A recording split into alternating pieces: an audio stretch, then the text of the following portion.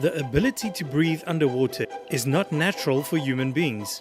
But what is natural is human beings finding a way to do it anyways. This doesn't mean that it comes without any challenges, like water pressure increasing as you go deeper, having to equalize your ear pressure, otherwise you might get some damage to your hearing or more. You have to watch out for decompression sickness if you surface too quickly. And the big one of you cannot inhale water into your lungs. And one of the things that I've learned with scuba diving, stay calm and keep on breathing in case of an emergency.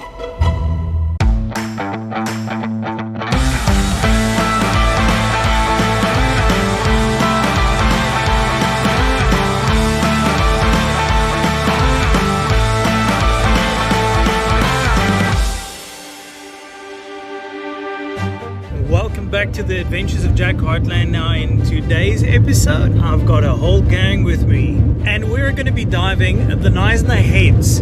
To what is the wreck that we're going to? The Paquita. So we'll tell you a little bit more about this wreck.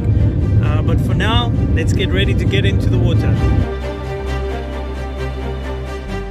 On the southern coastline of South Africa, the town of Knysna is known for wood. It has been an exporting point to the world over the last couple of centuries, but it has one big challenge: entering the Knysna Heads, a very tricky gateway to the Knysna Lakes and the harbour. And these are the Knysna Heads.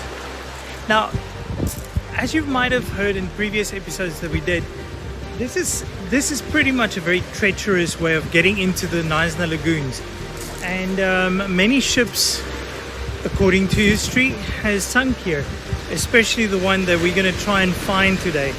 The Paquita was a German sail ship which struck the rocks on the notorious Knysna Heads in 1903 and sank on the eastern side of the lagoon in about 12 meters of water. According to the Knysna Museum, she was one of 3 ships whose captains attempted to ship's suicide by deliberately wrecking their vessels in order to claim the insurance money. At this stage, it's about an hour and a half before high tide, which means that the surge coming into the lagoon is quite strong. And we are contemplating at this stage if we want to do a drift dive or if we're going to wait a couple of minutes and see if we don't want to balance out a little bit. What a day to be doing this. So cool. So here is our diving plan. We will enter from the ocean side, then drift along the channel until we get to the shipwreck, and then exit inland at the NSRI. Point out, right guys, buddies. If you guys use a buddy, if one of us asks you this, want to know where your buddy is, you can't find your buddy after a minute, come up no faster than your slowest bubble, alright? Equalize, guys. If you don't want to come back down, you can always pull with a buoy line. Someone walk up and see what's going on.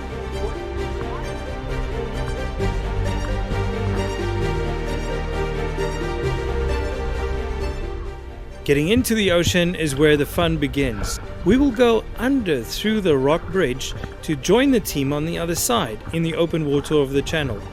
The tricky part is to do this with waves and swells bursting through the opening.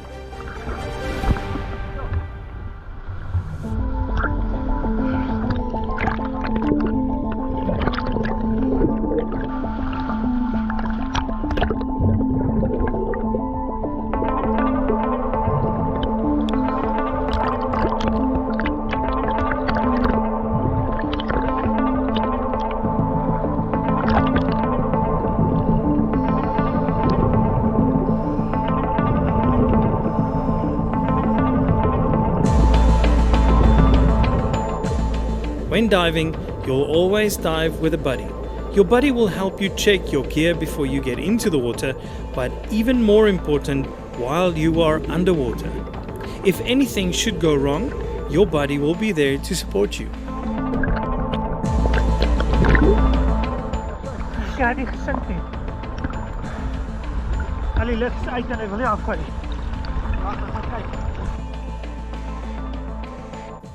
With this dive, I struggled to go down, but luckily my experienced diving buddy was there to help me do that, making sure that I was fine all the time.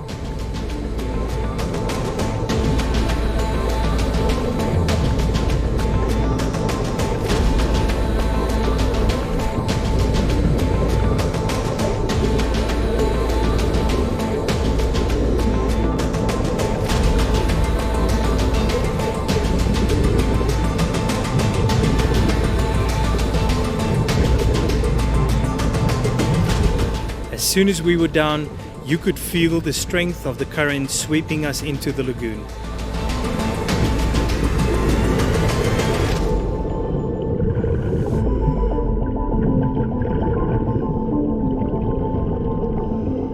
Equalizing your ear pressure is crucial.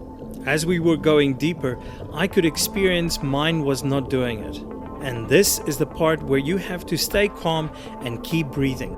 I had to stop, focus, and then slowly go up to try and equalize the pressure in my ears.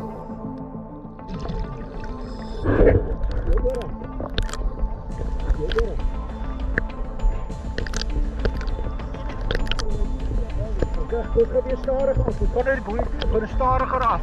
Maar equalizer aan elkaar. Again, Bennie was there with me to make sure that I was fine. Slowly going back down, equalizing all the way, and successfully reaching the bottom. But in the process of doing this, we got separated from the main group.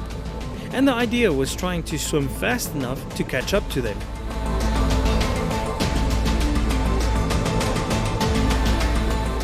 As I turned around, I found that I was separated from Bennie this time.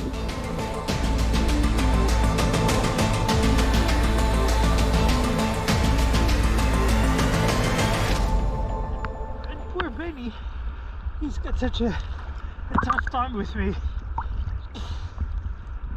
But this is fun. We continued on to the wreck, expecting to find the group there.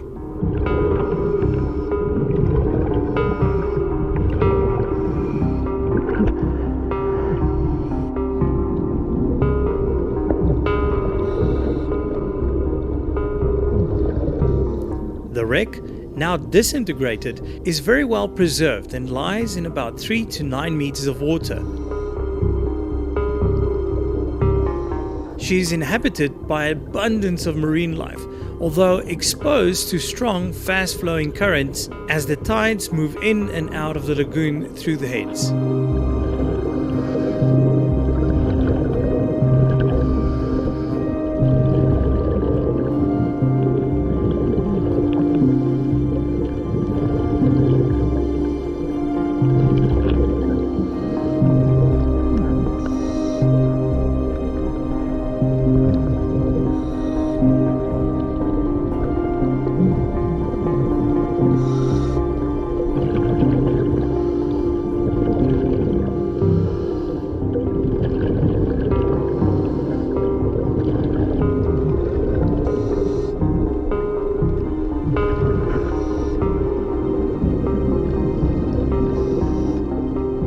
There were no lives lost in her sinking, as there were only 4 crew members on board that safely escaped to the shoreline. But getting this half-sunken ship totally submerged, they had to use dynamite, after everything that could be salvaged was removed from the wreck.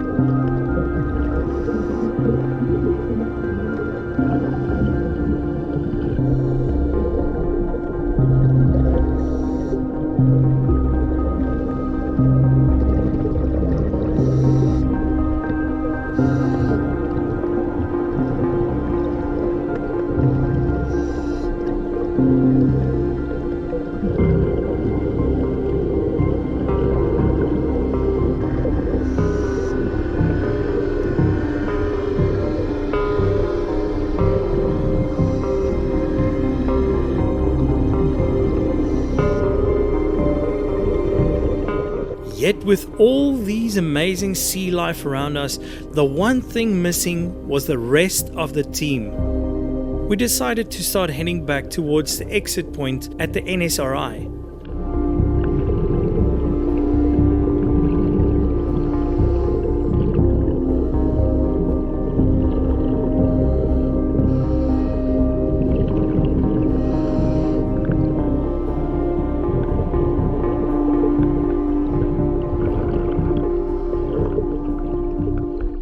It turned out that the group enjoyed drifting with a strong current so much that they missed the wreck and almost washed out on Leisure Island.